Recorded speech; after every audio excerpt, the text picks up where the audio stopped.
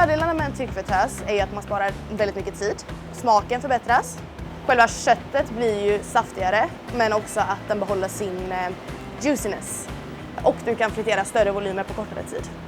Ju mer du friterar i den här typen av fritös, desto kortare tid behöver du ha i fritösen med tanke på att den använder sig av tryck. Så det sparar ju tid och pengar.